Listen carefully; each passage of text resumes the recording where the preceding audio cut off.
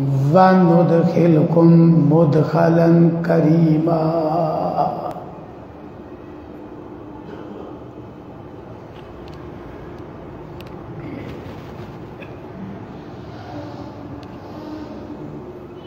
سورۃ النساء کی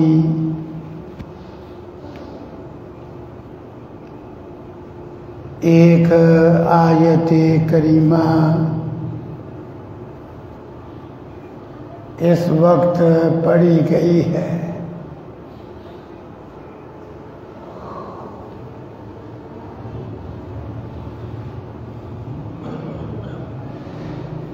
اللہ رب العزت نے اس آیت مبارکہ میں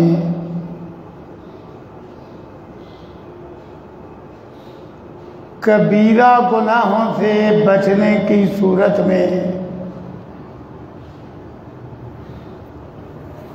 دو خوشخبریاں سنائی ہیں۔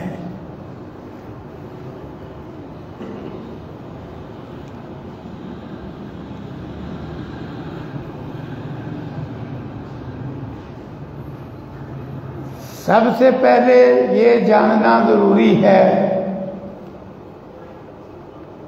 کہ کبیرہ گناہ کون سے ہیں۔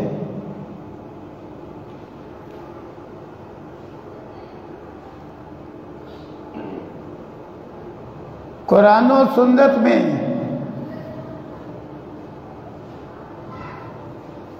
کبیرہ گناہوں کی کئی علامتیں اور نشانیاں مذکور ہیں۔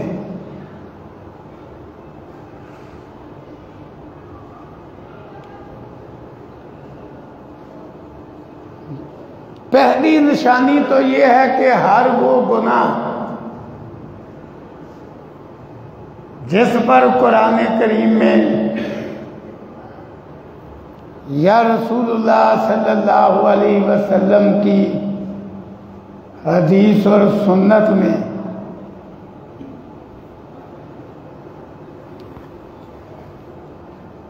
دنیاوی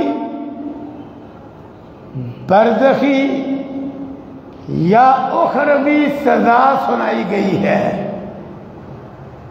ہر ایسا گناہ کبیرہ گناہ ہے۔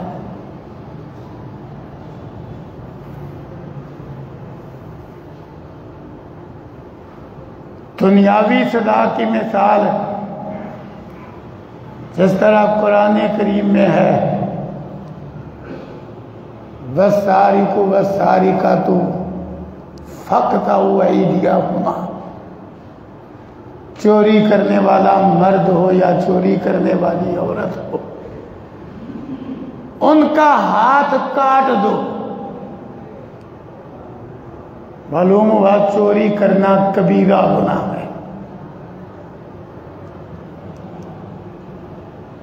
کہ دنیاوی سزا مقرر ہے، خطرناک سزا کہ ہاتھ کاٹ دو۔ اسی طرح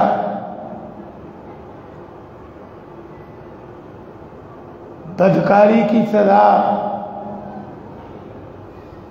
غیر شادی شدہ ہونے کی شکل میں قرآن کریم میں مذکور ہے، دنیاوی سزا۔ سورہ نور میں ہے الزانیۃ والزانی فاجلدوا کل واحد منہما مئۃ جلدہ، بدکار عورت ہو یا مرد ہو ہر ایک کو 100 کوڑے مارو۔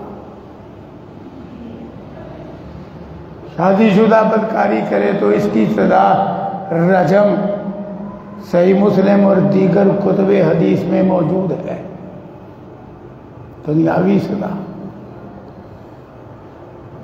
اسی طرح بہتان باندھنے کی دنیاوی سزا سورۃ النور میں مذکور ہے، 80 کوڑے مارو۔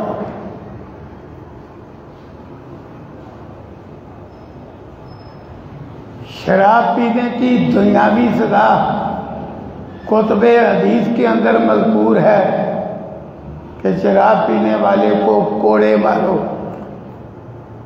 حالات کے مطابق 80 یا 40 کوڑے یہ سزا حدیث کی کتابوں میں مذکور ہے۔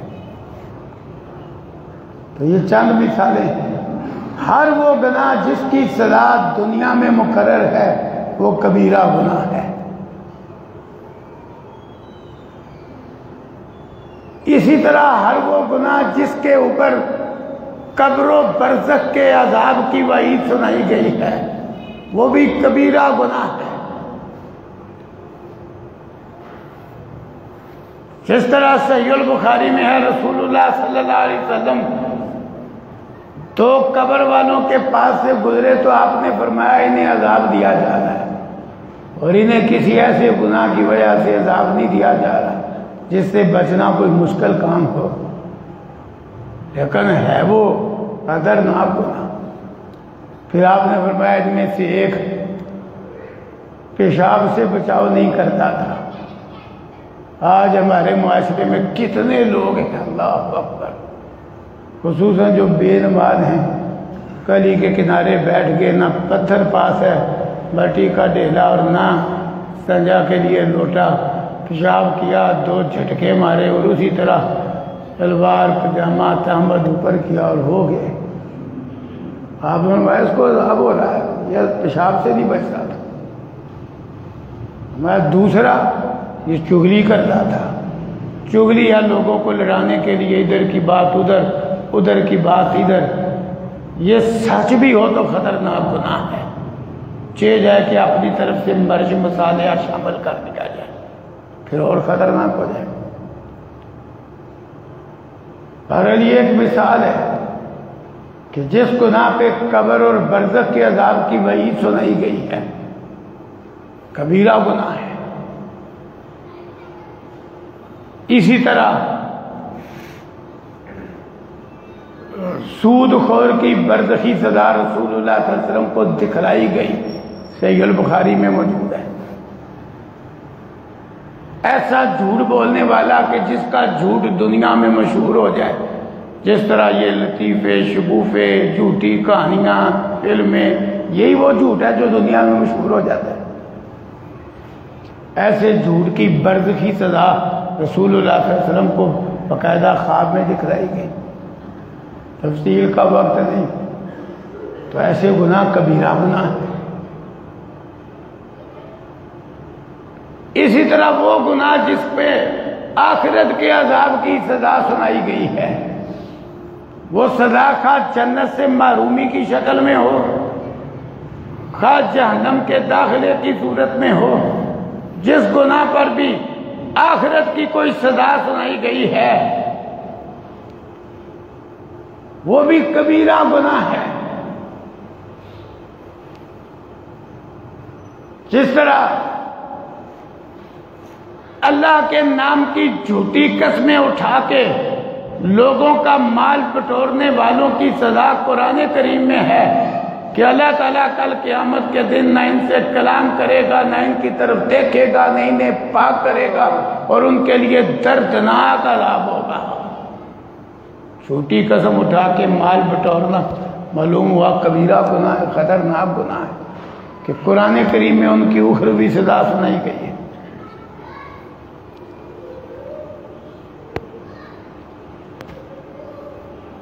پھر وہ گناہ جن پر تینوں طرح کی سزائیں قرآن و سنت میں مذکور ہوں، دنیاوی سزا، برزخی سزا، اخروی سزا، وہ تو اکبر الکبائر ہو گئے، خطرناک قسم کے کبیرہ گناہ۔ بہت سارے گناہ ایسے بھی ہیں، تینوں طرح کی سزائیں موجود ہیں۔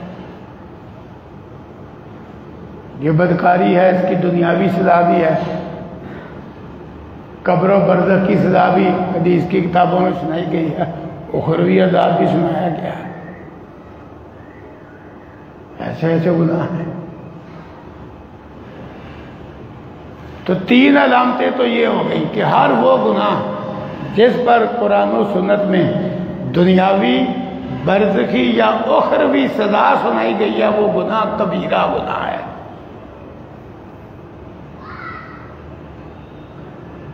اسی طرح جس گناہ پر رسول اللہ صلی اللہ علیہ وسلم نے لعنت کے الفاظ بولے ہیں، وہ گناہ بھی کبیرہ گناہ ہے، جس طرح رسول اللہ صلی اللہ علیہ وسلم نے فرمایا لعن رسول اللہ صلی اللہ علیہ وسلم آکل الربا وموکلہ وکاتبہ وشاہدہ وقال هم السواء، صحیح مسلم میں ہے، دیگر کتب حدیث پہ بھی ہے۔ رسول اللہ صلی اللہ علیہ وسلم نے سود کھانے والے پہ، کھلانے والے پہ، حتیٰ کہ لکھنے والے پہ، دو گواہوں پہ لعنت بھیجی اور فرمایا یہ لعنت میں برابر ہیں۔ تو لعنت کے الفاظ آگے کبیرہ گناہ ہے۔ اس طرح رسول اللہ صلی اللہ علیہ وسلم نے رشوت لینے والے دینے والے پہ لعنت بھیجی، کبیرہ گناہ ہے۔ تو ہر ایسا گناہ جس پر لعنت کے الفاظ ہیں وہ بھی کبیرہ گناہ ہے۔ اسی طرح جس گناہ پر اللہ کے غضب کی وعید سنائی گئی ہے، جس طرح رسول اللہ صلی اللہ علیہ وسلم نے فرمایا، صحیح البخاری میں ہے، جس شخص نے جھوٹی قسم اٹھائی تاکہ مسلمان آدمی کا مال بٹور لے، لقی اللہ وہو علیہ غضبان، وہ کل قیامت کے دن اللہ سے اس حال میں ملے گا کہ اللہ اس پہ سخت غضبناک ہوگا۔ کبیرہ گناہ ہے ایسا گناہ۔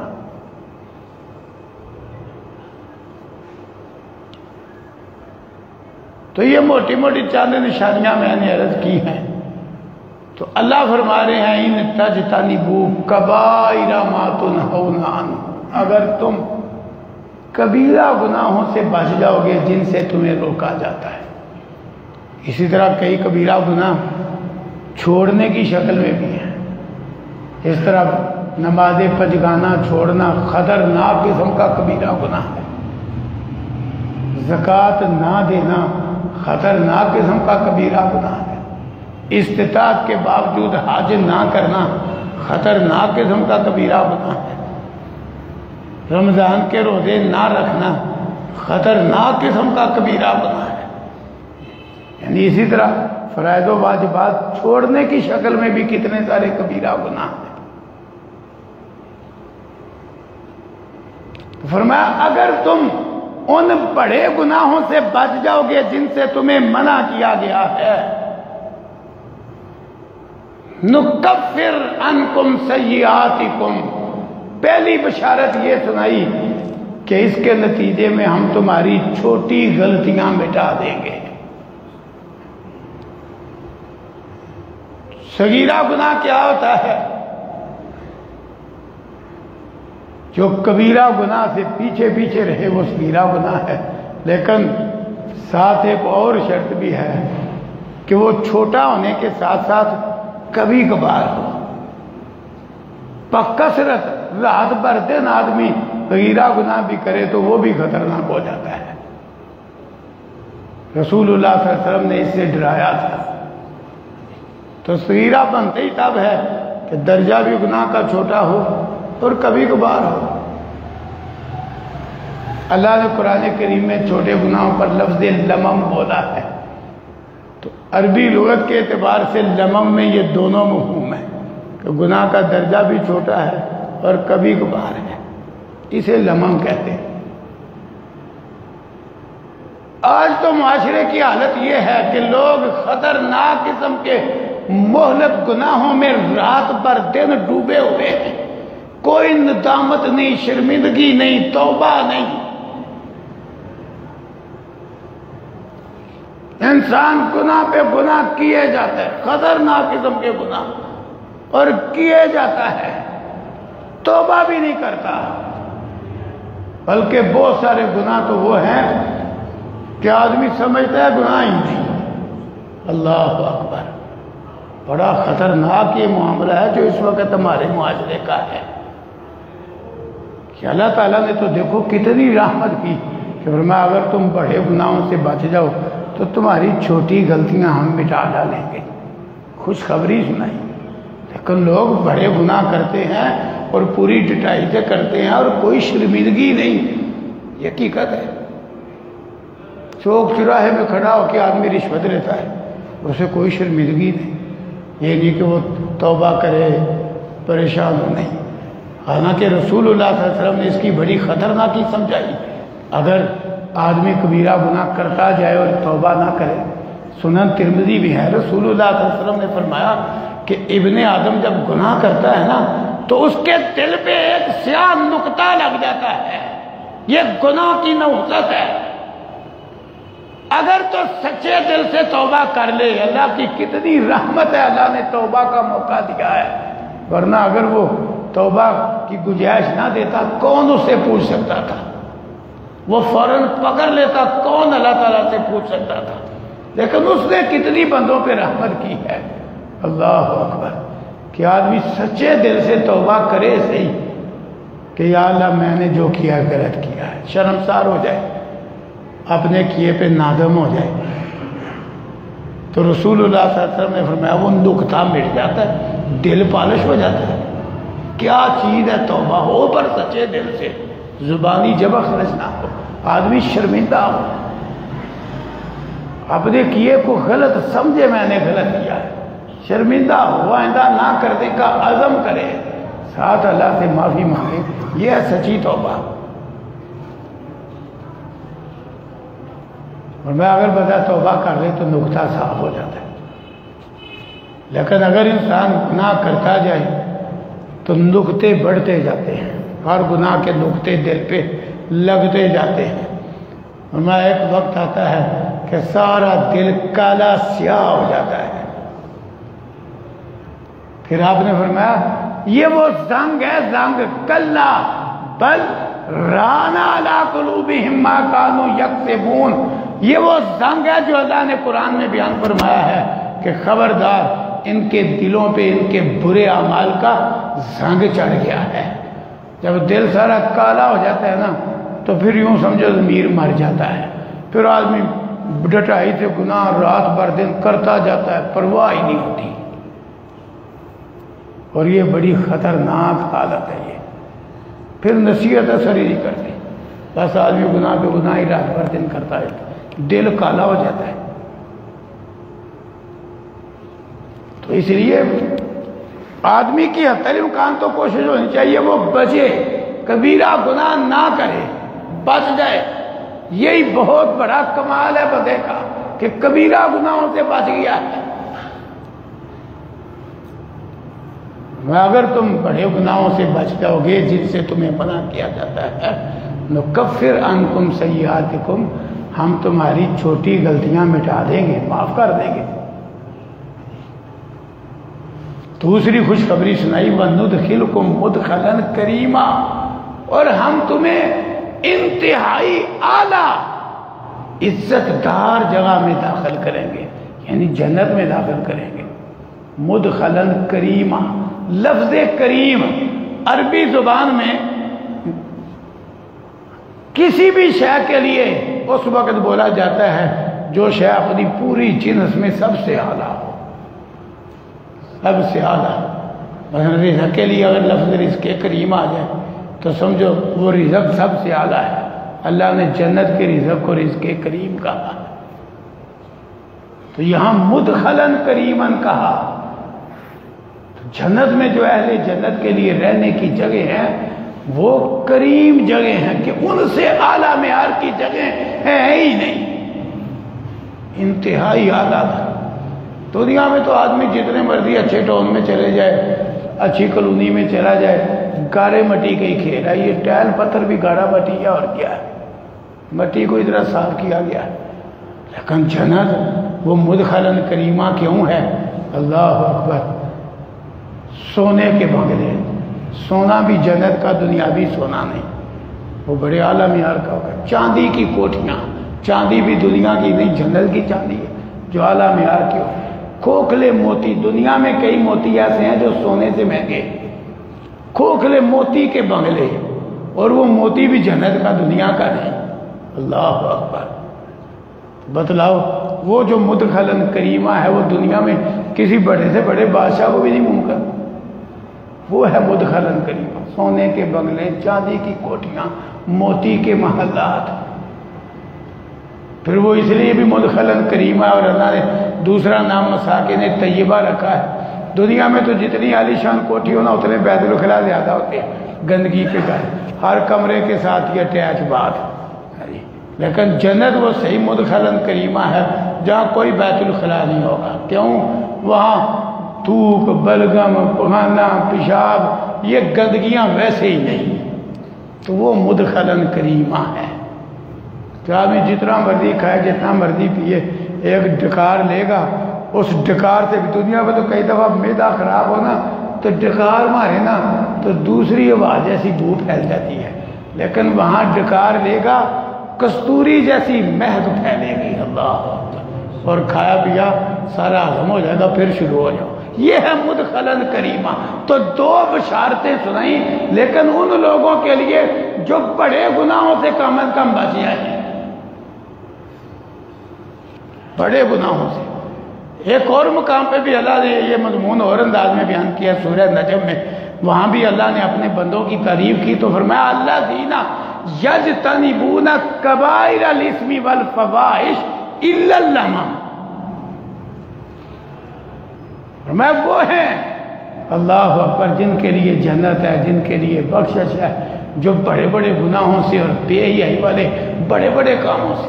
فواحش فاحشہ کی جمع ہے، جس گناہ میں بڑی خرابی ہو اسے کہا جاتا ہے، جیسے چوری، ڈکیتی، شراب نوشی، جوئے بازی، بدکاری، جن میں بہت زیادہ خرابی ہوتا، ایسے گناہوں کو فواحش کہا جاتا ہے. فرمایا وہ جو بڑے بڑے گناہوں سے بچتے ہیں اور بے حیائیوں سے بچتے ہیں الا اللمم، سوائے چھوٹی غلطیوں کے. تو وہاں بھی یہ مضمون بیان کیا اور ان کی تعریف کی جو بڑے گناہوں سے بچ جاتے ہیں. تو انسان کم از کم اپنے آپ کو، اپنے دامن کو کبیرہ گناہوں سے تو بچا لے، کبیرہ گناہوں سے تو بچا لے. کہ آدمی کبیرہ گناہوں سے بچ جائے گا تو چھوٹی لغزشیں معاف ہو جائیں گی. یہ چھوٹی فضیلت نہیں ہے، ورنہ وہ کائنات کا رب ہے، وہ چھوٹی لغزش پہ بھی پکڑ سکتا ہے.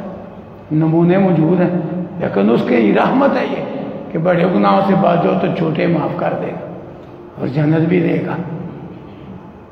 لیکن آج المیہ یہ ہے کہ آج معاشرہ بڑے گناہوں کی دلدل میں ہے، الا ماشاء اللہ، بڑے گناہوں کی دلدل میں، اور لوگ پوری ڈٹائی سے کرتے ہیں اور کوئی پرواہ نہیں کہ میں کیا کر رہا ہوں. وہ حالت ہے جو صحیح البخاری میں بیان ہوئی ہے. حضرت عبداللہ بن مسعود رضی اللہ عنہ کہتے ہیں کہ جو مومن ہے نا، مومن اس سے گناہ ہو جائے نا تو اس کی حالت یہ ہوتی ہے کہ جیسے میں پہاڑ کے نیچے ہوں اور میرے گناہ کی وجہ سے اس پہاڑ نے ابھی میرے اوپر گر جانا ہے، یعنی اسے پریشانی لاحق ہو جاتی ہے. آج کہاں گئی یہ کیفیت؟ آٹے میں نمک برابر لوگ ہیں کہ جن سے کوئی گناہ اس طرح کا ہو جائے تو وہ یہ سمجھیں کہ پہاڑ گر جائے گا ہمارے اوپر.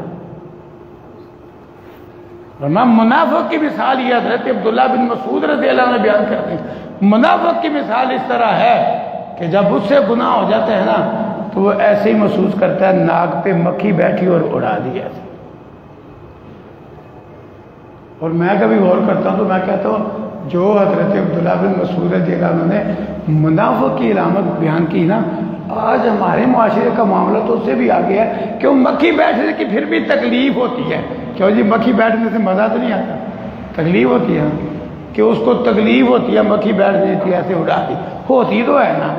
تو جب اگر آدمی بڑے سے بڑا گناہ کرے، پوری رات گناہ میں گزر جائے، فلم دیکھتے ہوئے، گانے سنتے ہوئے، ناجائز مناظر دیکھتے ہوئے، ناجائز محبتوں میں باتیں کرتے ہوئے، برائی کی حقائق میں پوری رات گزر جائے اور آدمی کو پرواہ ہی نہ ہو، تو یہ تو منافق سے بھی آگے کام ہو گیا کہ وہ تو پھر وہ کہتے ہیں کہ مکھی جتنا بوجھ پڑتا ہے منافق پہ کہ مکھی بیٹھی تو اڑا دی. تو جس پہ بوجھ ہی نہیں پڑا بلکہ اس کی حالت یہ ہے کہ رات کو گناہ کیا اور دن کی روشنی میں مزے لے کے بیان کیا، وہ منظر کیسا تھا، وہ کیفیت کیسی تھی، وہ چکر کس طرح کا تھا. اللہ اکبر، یہ کام تو زیادہ خطرناک ہے.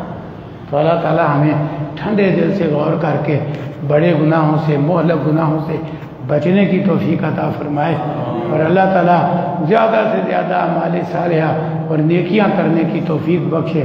وآخر دعوانا ان الحمدللہ رب العالمین۔